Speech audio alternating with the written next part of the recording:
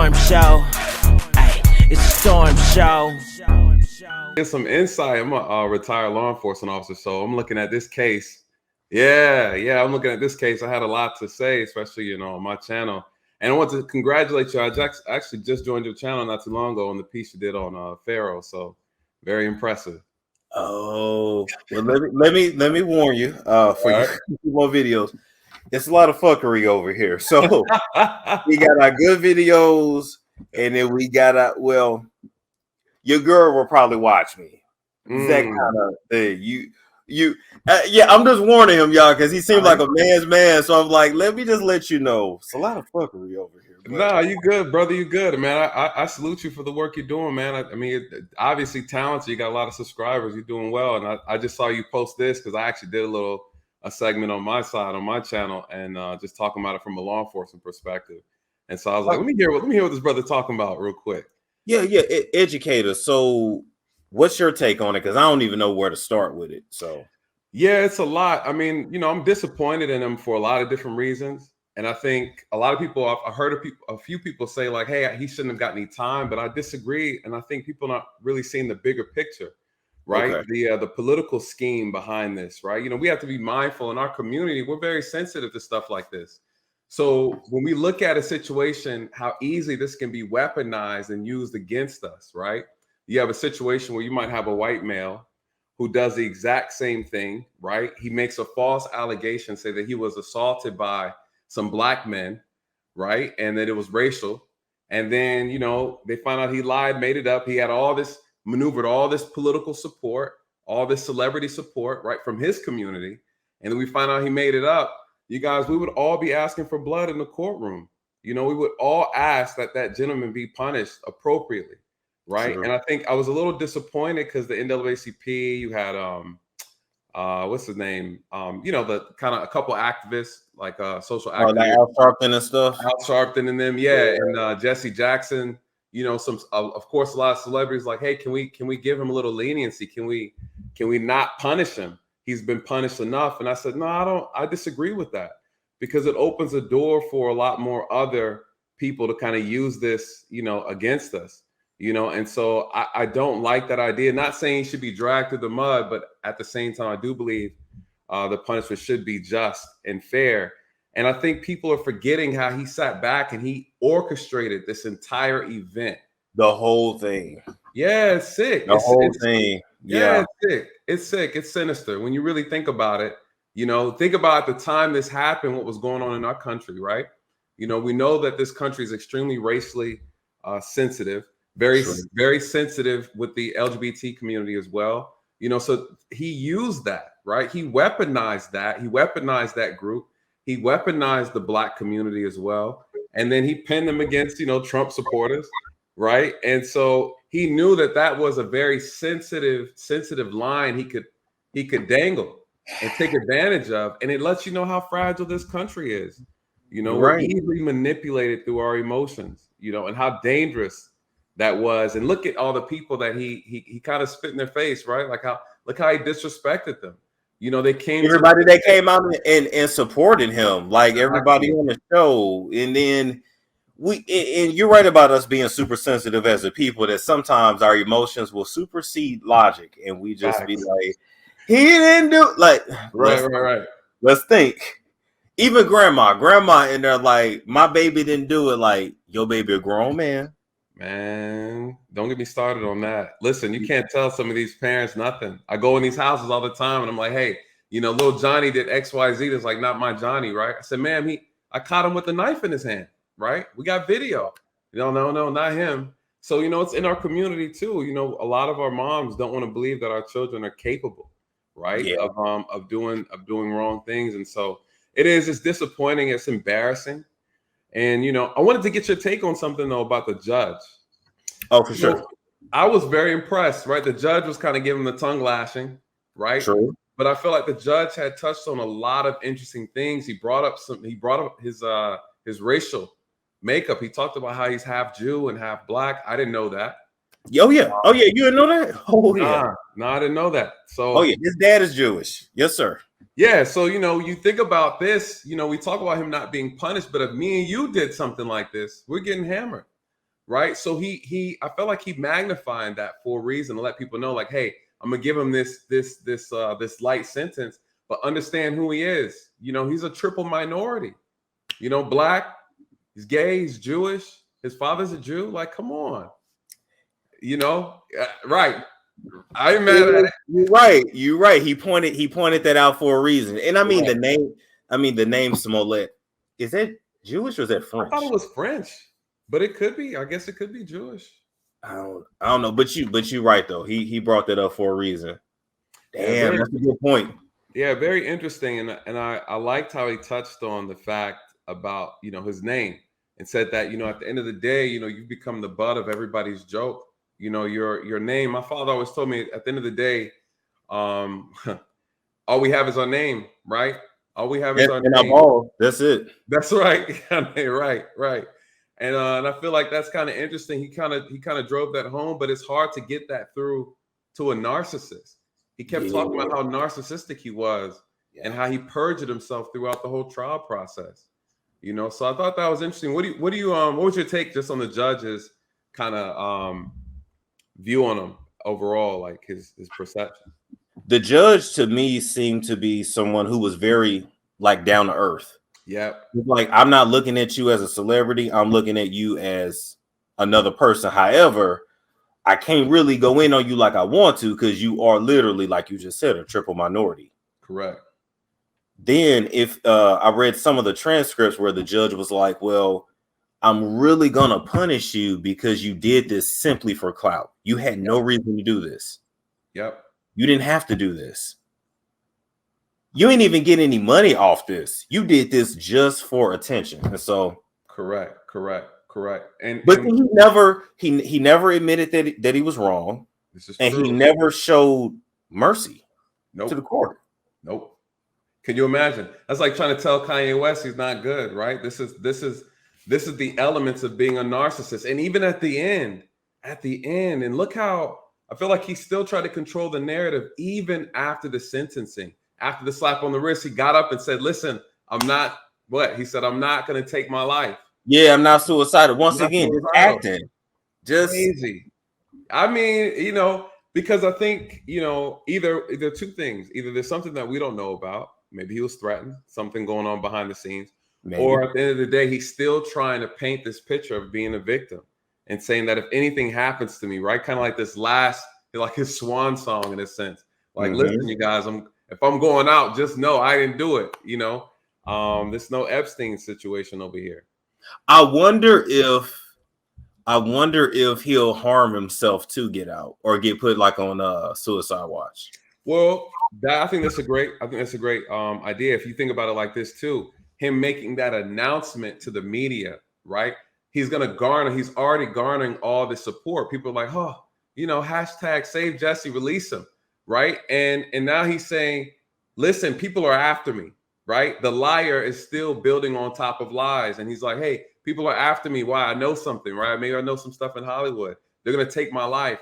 Maybe he's actually advocating himself for, you know, special conditions while he's in jail. He's going to jail in Chicago. It's not pretty up there. It's not. That's true. Let me ask you this, and I feel a certain way about it, but if, let's say, same racial makeup, if he was dark skinned, do you think people would have been as supportive of him? I don't know. Dark Skin Brothers is in this season. So, you know, my thing is, you know, I don't know. Honestly, I think he just had a lot going for him. And I'm going to tell you why. He had a lot of support, which is, to me, is very hypocritical in our community. He had a lot of political support. He almost didn't get charged at all. They almost swept this under the rug. But the prosecutor, they had a special prosecutor who was like, hold on. You guys have to understand what he did, right? He orchestrated this whole thing. He acted it out. You know, he put together a script. He planned it. You know, he paid these guys. This is not a joke. He pretended that he was being lynched. They poured bleach on him. This was a hate crime.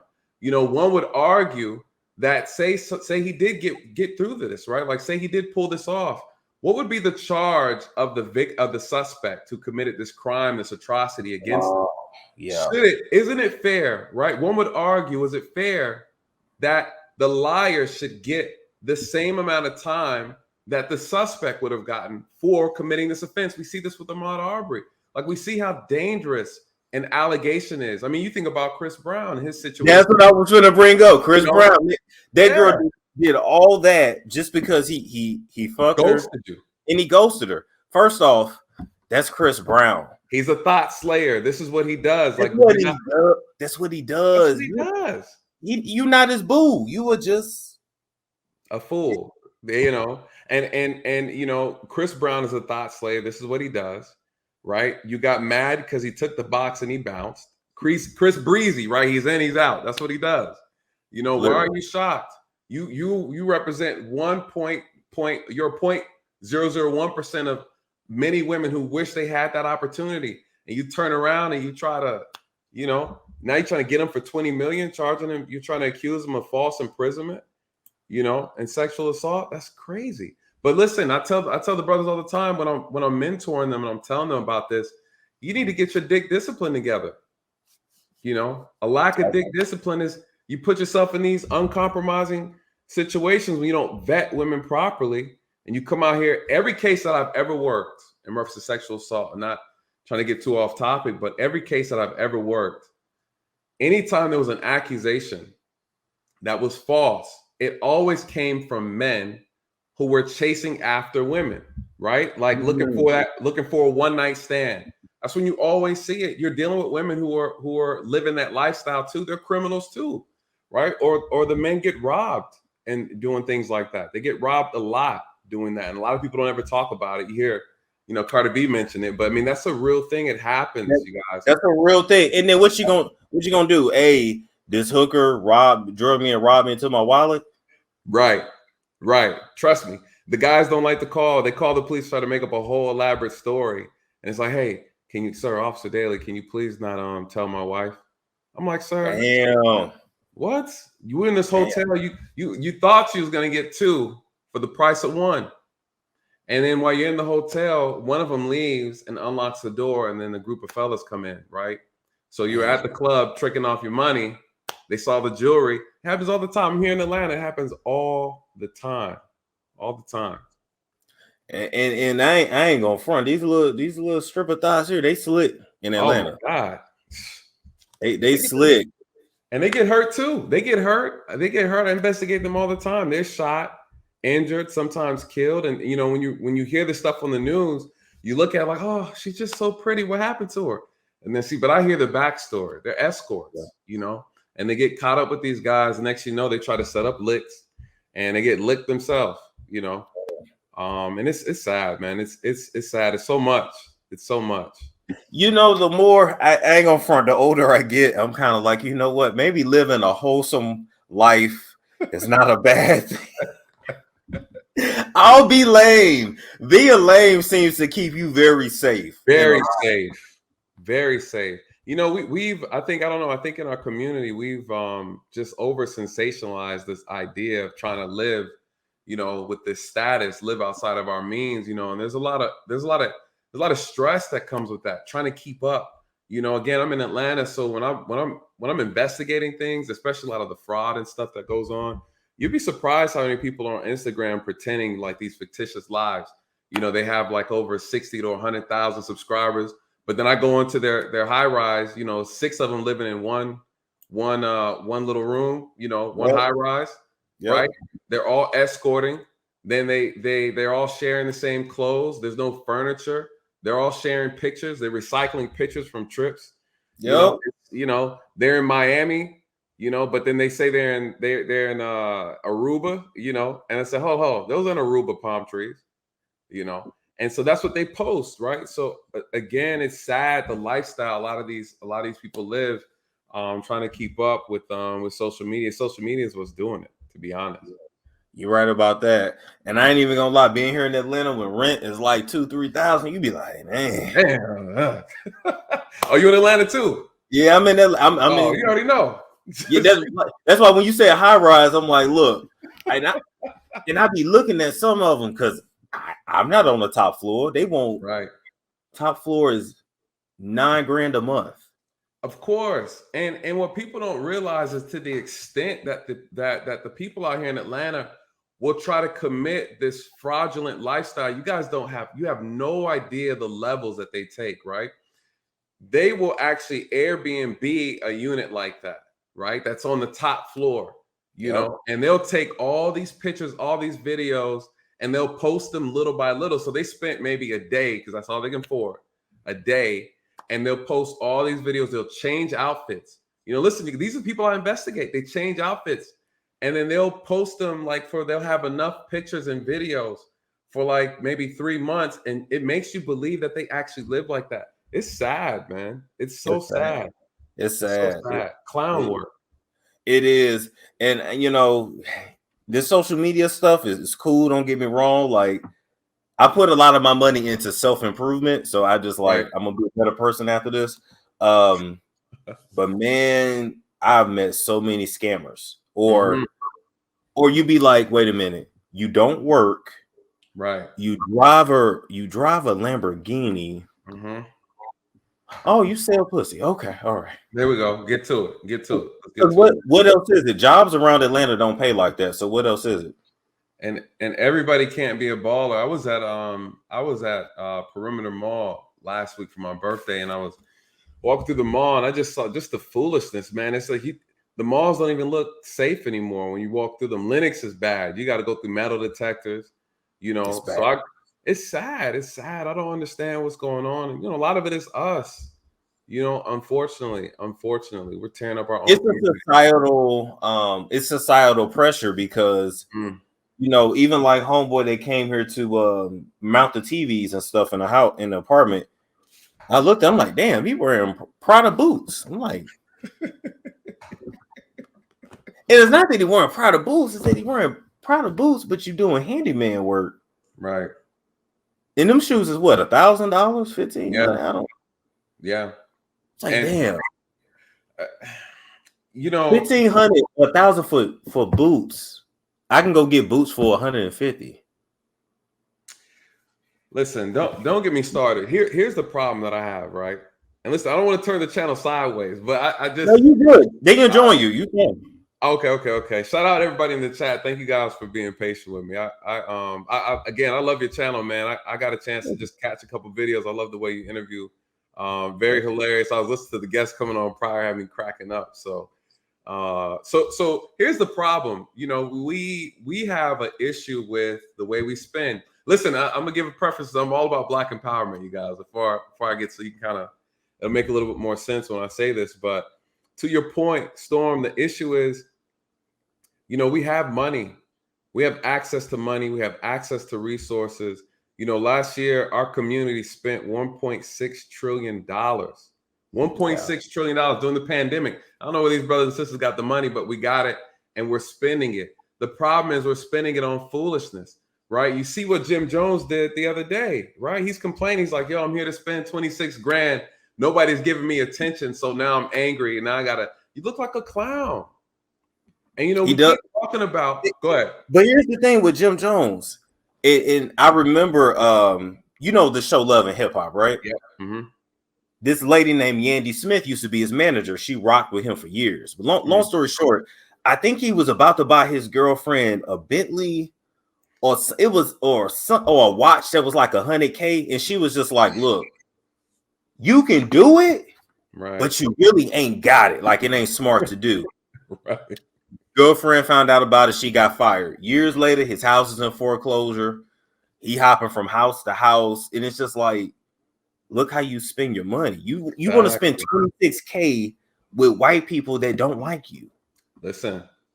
Here's the problem, right? We spent $1.6 trillion and none of this stuff is going to our own businesses. They're not going to our community. These dollars don't even stay in our communities, right?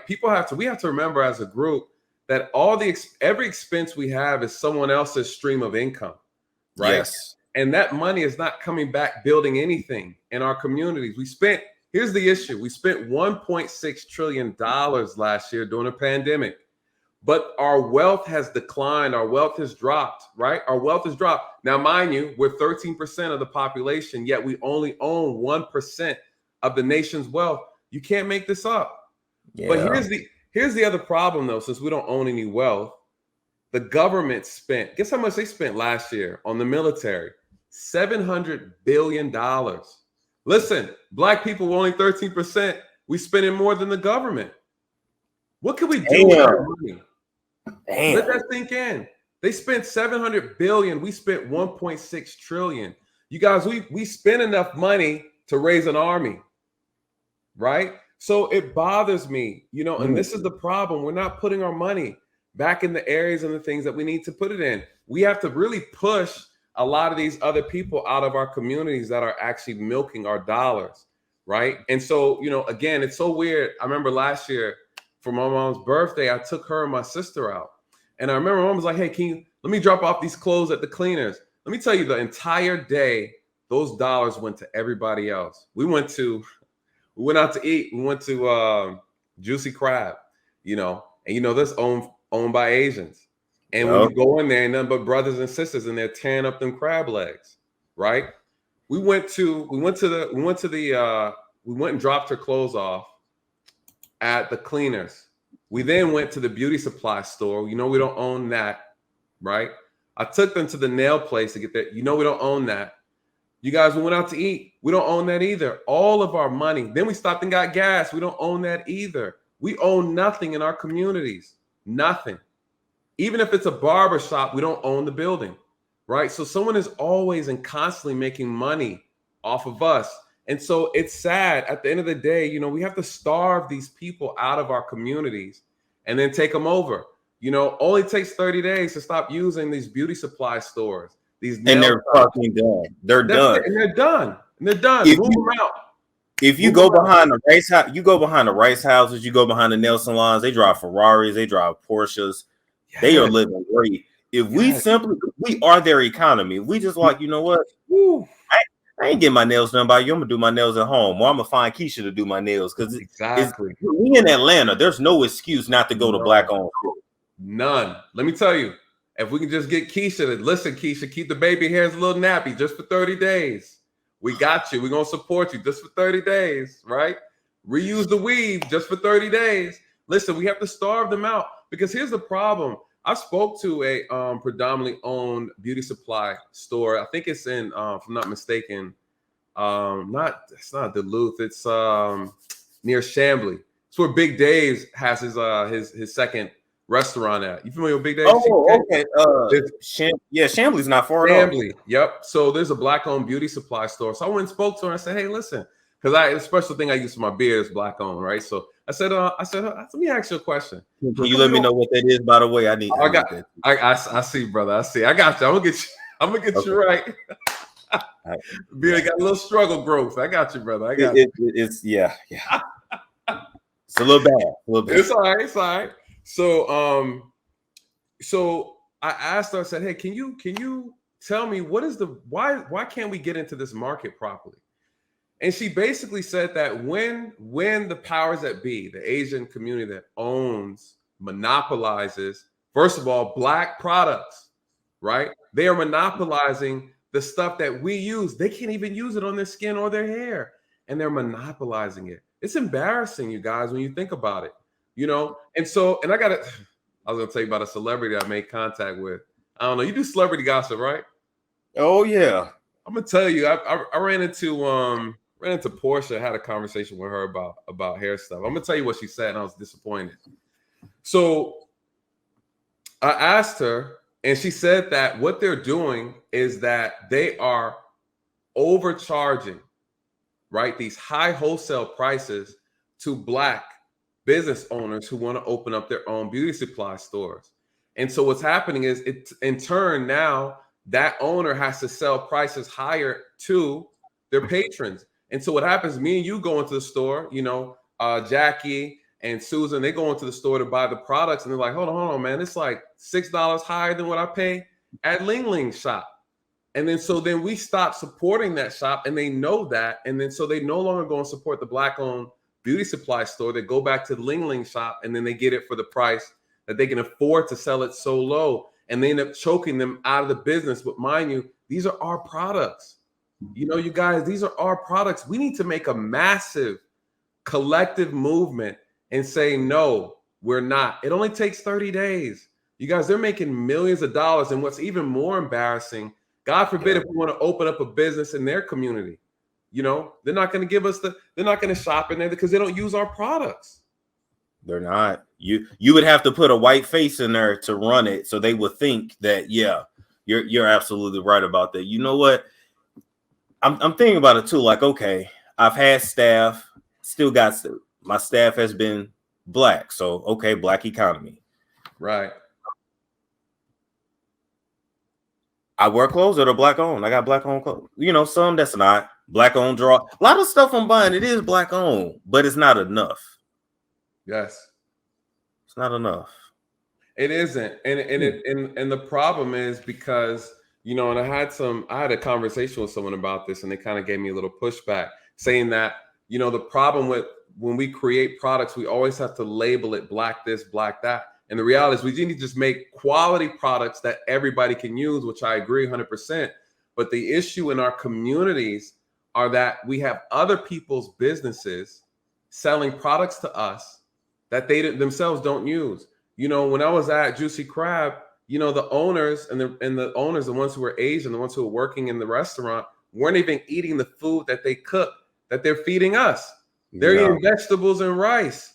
Right, they don't serve that on the menu, and we sitting here slopping down salty ass crab. Yes, I told them on the show. I had got into that mode of, oh, I gotta have lobster. I don't fucking like lobster. I had to go. I was just buying it because it's luxury. I don't. Right. It doesn't have a taste to me. They said you were you on a dating show? Yeah, actually, I was. Listen, I used to actually act. I used to act on the side. I was on Married at First Sight, Second Chances. Yep. I got a question for you. I'm glad you. I'm sorry, everybody that's on here, but I got a question for you. All right. So I thought about either going on Married at First Sight or like Love Is Blind, just to do it. So, like, how real is the show? It's not real.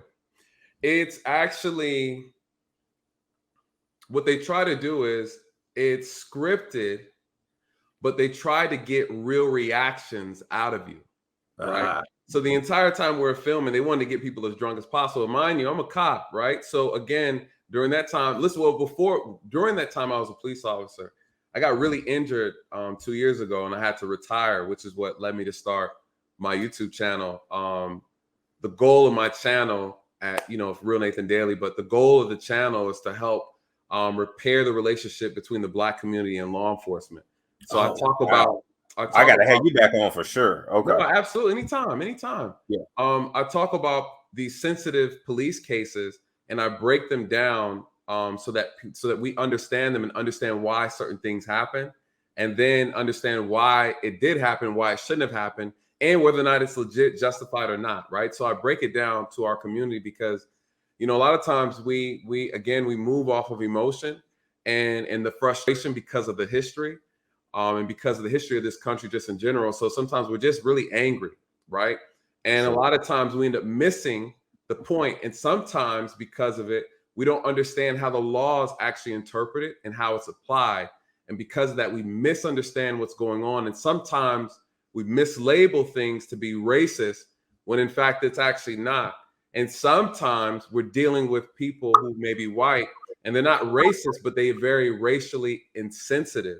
And there's a difference between the two. And so I just try to bring insight so that we can heal and that we can also pursue better options when it comes to policing. And so, funny enough, my plan is to work with the new mayor here in Atlanta and present some new reform ideas so they can pilot these things and eventually try to mimic it in different major cities where the Black community strives, so we can see some changes. But the truth is, the job is hard and brothers aren't signing up, right? And so that's the reality. We're only 12% out of 700,000 police officers that serve this country of 350 million people. 12% of us are African American. We just need more people, more outstanding Black men and women to do this job, put the uniform on, people with integrity, right? But I'm gonna be honest with you. You definitely do need that. I used to work with kids, so I don't know what y'all call it here, but I used to work for DCS. I think you call it DFACS. We call it DFACS. Yep. DFACS here. All right, cool. So I feel like I've given back and I've actually reunited a lot of families, right? Right. But I knew early on I couldn't be no cop. I couldn't do it. And I'm gonna tell you why. I'm not physically intimidating. So I'm just like, I can't go up to your window and be like, I need you to step out. You're gonna be like, yeah, right. I'm just saying. Right. Like I'm 5'6". I can't convince you to get out. You know what I'm saying? You're gonna be like, yeah, fuck you. And you're gonna drive off. So all you niggas that's big for no reason, go be a cop. You know, I have to say, I got to push back, and I got to ask you questions about working in child services, because I had a conversation on my channel talking about, you know, a lot of times I speak about a lot of things within our community, and some people might think I'm capping, but I'm telling them how bad a lot of things are in our community that need to be addressed and need to be, you know, we need to work on, right? And I always say that we need to talk to the people who actually do the jobs. And that's the only way we'll get a very clear view of what's really going on, right? Not the administrators, but the ones who are doing the job. So if you want to know about policing behind the scenes, talk to me. Don't talk to the chief. The chief's an administrator, right? He or she's there to sell you a dream. He or she's there to be a politician in a sense, right? Literally, yes. Literally. Yeah. And so you don't get a very accurate view of the profession and what's missing, what's needed. Me, I could keep it real 100%. And so to your point, though, even the height's not a big deal. You know, you've seen some short brothers out here in the uniform. And so listen, bitch, you gotta prove yourself, though. That's the thing. You gotta, like, how tall are you? I'm 5'10". Okay, so you at least close to 6 feet. Average. Yeah. So your bitch may be taller than me. Like, it's not cool. And I'm like, I need you to turn around, sir. Put your head, nigga. What? Right. Nigga, what? Right. I was like, oh Lord, now I gotta fight. Now I'm like, I'm trying to go eat, and I get mad when I'm hungry, so I'm just gonna start beating you, man. You know, but I hear you though. I hear you. I didn't think it was for me, and I got bad anxiety, so you can't be moving and shit. Right. Don't be making me run and shit. I'm gonna have to run you down because I don't feel like running. It's just it's hilarious. No, it's true. It's dangerous, man. I would say I'm gonna say I have a servant's heart. I never really looked at it. I started young. I've been doing policing for 13 years before I had to retire. I don't know if you heard about it since you're here in Georgia. So this was 2 years ago. If you Google my name, you guys, those who were listening, if you Google my name, you'll see what happened. Just say, officer injured or officer dragged. I was hanging out of a window of a car. I was dragged down 285 and 400. I don't know if you remember that. It went viral. The video was a real crazy. Again, asking Black femicide. It was They want to know when you was on the, and I'm gonna let you finish telling your story. But when you were on the job, how many instances of Black femicide did you see? Not much, but enough, right? You know, one is too many, right? One is too many. There you go. One is too many. And again, I served the Black community, so I've only served the white community for maybe 2 years, like middle class and above white community, not the lower class white community, because you know that's a thing too. A lot of people, you know, they have the benefit that their dirty laundry just doesn't get shown, guys. Really, yeah, their media keep them on hush hush. So even if you didn't see Black femicide a lot, I'm assuming you saw a lot of domestic violence in. Absolutely, yeah. I would do at least a minimum, maybe about 6 to 7 domestic violence cases a day. Damn. And in our community, about 6 or 7 a day, and that's on a good day. And so that includes you know, man on woman violence, woman on man violence, you know, parents on child, and even man on man, you know, even family. So I would say the men on men though, and the women on woman from the LGBT side is always the most violent, to be honest. I would say it's just as violent. It gets really bad. And but it's honestly, it's bad all across the board, not to single any group out, but it's bad across the board. But a lot of domestics, man, and it's sad, it's disappointing, and especially when I have to call DFACS, right? I have to call child services, and I have to remove children out of a home. I don't like doing that either, and it's hard because, again, child services isn't all what it's cracked up to be either. You know. Oh no, I can tell them, and I never worked in investigations, even though I've done it. So I would normally get the family like 30 days after the kids have been removed. Correct. Now I'm supposed to help you get your kids back. Right. But people don't understand it gets deep. Like, and then there's so many politics in CP or DFACS, so many politics. And then you would have caseworkers that would get personally attached to some kids. Yes. And they're like, I don't want him to go home. But wait, his mom has done everything to get him. Like, it's not like it's sad, man. And that's why your voice is so important, though, because when we talk about how do we heal, what does it look like, what kind of damage, I think people don't realize when when this whole thing about like defund the police was going on, like, how let these social programs do it. I'm like, no, don't do that. The social programs, yes, they're underfunded, but you also have to look at the quality of people who are doing the job. And these government professions, we need quality across the board, right? Like, it's not just police, it's everybody. We're putting people in positions who don't have the heart, who don't, shout out to one of your previous callers, let's talk about that spiritual talk. I'm all about it. They're talking about that spiritual stuff. And so, that's the thing. I can't tell you how many houses I went to, and it makes you question, what's been brewing, right, on a biblical level. And if you don't, for those who have eyes, right, to see and you understand what's going on, I walk out of places praying like, or I got to, before I go into a place, I got to pray. Oh, man, it's. I'll tell you a story. Guys, let me get it. I'm from Arizona, right? All right. So people don't realize Arizona is very lenient on one thing: murder. Murder. It is not odd to meet people that have killed people, did 15 years, they're out. 20 years, 10 years are out, right? So a man, it was a kid on my caseload. Her dad was an axe murdering Satanist, was also on the sex offender list. Yeah. And so I remember going to his little trailer in the middle of nowhere in Arizona, and I had to tell him, like, you're not gonna get custody of your daughter. Like, you're just, you know what I mean? But it's so weird because he was a Satanist. He believed he was 300 years old. But when I tell you, he showed me the most respect. Yeah. Then I met a lot of Christians working that job, and they was the rudest, but it was the rudest motherfuckers. But it was just crazy though, because I'm like, this man is like sex offending Satan. Like, what? And this is who is reproducing out here, man.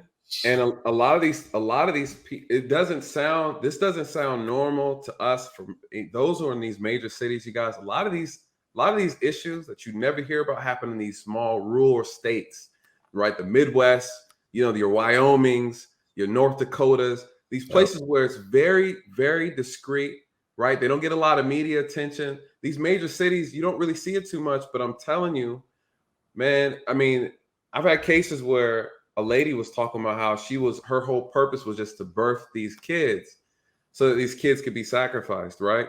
Wow. We go through these things, and I've known coworkers who would tell me, like, hey, I had a woman tell a female officer say, yeah, I practice Wicca, right? I had a male officer say, yeah, I'm a Satanist, a Satanist in a uniform. I tell people all the time, what is it? All police officers are not created equal. I saw someone in the chat talk about, all officers are bad. No, all officers are not bad. Unfortunately, there are bad officers in this position. And it's not the uniform as much as it's just the person. I am just me that wears the uniform. What you get from me is I'm filtering my job through my personality. What is my personality? Who am I? You know, I always tell people, if you want to know what type of officer you have, you need to know where the officer came from. What does his family look like? What type of friends does he have? What does he believe in? What's his faith? What's his moral compass? You guys, this is what makes an individual. We can look around us. You can look at our family. Anybody in your family, do you believe would be worthy to put a uniform on, right? Be honest. Shit, right. I wouldn't trust most of them to watch my dog. Are you kidding me? Right. You know, so the reality is, find this person that's qualified to wield this much power. That's the issue. Yeah. Right. The issue is we have regular people who are not worthy of the power that comes with this uniform. You know, and I didn't learn it until younger. I'm just very blessed that I was raised right. You know, and not only that, when I came under the pressure of ego, you know, I made sure that I identified it, right? I had people who kept me humble. And at the same time, my heart was always in the right place. I can't say that for everybody, right? Yeah. If you don't have a heart of a servant, you shouldn't be doing this job, right? I don't care what you think of yourself. The reality is the power will get to you. And no one teaches you how to handle power when you think about it, right? Someone gave you $1 million tomorrow, Storm. I don't know, right? But the reality is $1 million in your hand, my hands, and somebody else's hands is going to be completely different. Yeah. You know, who taught these officers how to manage, how to deal with power? What does it feel like? Some people live their entire life and they don't know what it feels like to be powerful. When you put that uniform on, you guys, I'm telling you right now, people submit to you. And some people cannot handle that. And what ends up happening is over time, it ends up corroding your ego, corroding your morals, if you're not careful. Yeah. And some people can't do the self-work. You know, you got to be willing to do the self-work. This is no different when you go to a job, say you're a nurse and you work with a doctor, right? It's the same concept. Same concept. Same concept. It's just a different profession. And one thing I noticed too, when you work a job where you serve people, right? You are gonna have to face your own traumas, your own insecurities. Like it's gonna come out, or you're gonna meet somebody that mirrors you, and you like, yes, it's so true. People not aware. You know, I started this profession when I was 21, and you know, I was too young. Should have never been an officer. You know, I should have never been an officer. It's too young to have that much power. You know, by the grace of God, I was able to manage myself. You know, my heart was just so into it that I never looked at it from the wrong way, right? I was always trying to help others. That's why I wanted to do the job. And so, you know, even looking back at it, I would walk through places, walk through malls, walk through stores and communities, and people would submit to me, right? I got all this respect. This is the problem with the profession, because this is what I talk to people about on my channel. The biggest problem with this profession as an officer is that you're automatically given respect and you never have to earn it. You never have to earn it. So imagine that. You have all this power. When you move and walk around, people submit to you. People honor you. They glorify you in a sense, right? They put you on a pedestal. People are afraid of you. Fear that is given but never earned. Respect that is given but never earned. That is the problem. And so some officers can't handle that. And so what ends up happening, because what would it look like, Storm? What would it look like if officers had to earn your respect, right? The only respect that I'm given is the one that I'm earned. You guys, that is the mind shift that has to happen. It's almost like you got to, like, these officers, it's like a social thing, right? Yeah. You know, like you should be able to score an officer. That score should reflect their pay at the end of the quarter, right? Hey, they would move different. They would move different. There you go. Because here's the thing: the problem with an officer now, the biggest problem in our profession, is that I don't have to earn your respect. You have to give it to me, whether I'm one that's worthy to be respected or not. You still have to give it to me. It doesn't matter. No matter how I treat you, you still have to respect this uniform, no matter what. If not, there's consequences. What happens when you have an officer that polices through his ego, right? This is the problem, you know? So again, it's unearned respect. That's the problem in this profession. And I think, you know, my plan is to take this conversation mainstream, because people need to understand we need to start filtering out a lot of the ignorant officers out of this profession. We need to start inspiring more people from our community to step up and put the uniform on. I talk to a lot of brothers. They're like, nah, bro, I couldn't do it. You know, because why? Because I know the foolishness that goes on in our community, and I'm not trying to deal with those clowns. You know, and so this is the problem. You know, if we're going to talk about the police reform aspect, we got to talk about our community reform. How are we going to address, you know, these Pookies and Ray Rays in our community acting up? You know, let me say this. I want you to email me. I don't know if you have access to it from there. What's that? Can you see the chat where you are? Yeah, I can see the chat. You gonna throw something in the private chat? Yeah. All right. For you to email there. We gotta do us an interview and just lay it all out and break it all down. Absolutely. I got it. I'll email you. Yeah, man. I'm sorry. Shoot, we just chatting, bro. I didn't mean you good, man. You good. Because I want you to save the story about your accident for the video. Okay, that's what's up. I appreciate that. Appreciate that. Absolutely, man. Well, you have a good night, brother. Email me. We'll get that set up ASAP. Hey, thank you, Storm. I appreciate you for having me, brother. And good luck, man. Congratulations on your awesome channel, brother. You're doing a great job. I appreciate it. It's Storm Show. Ay, it's Storm Show.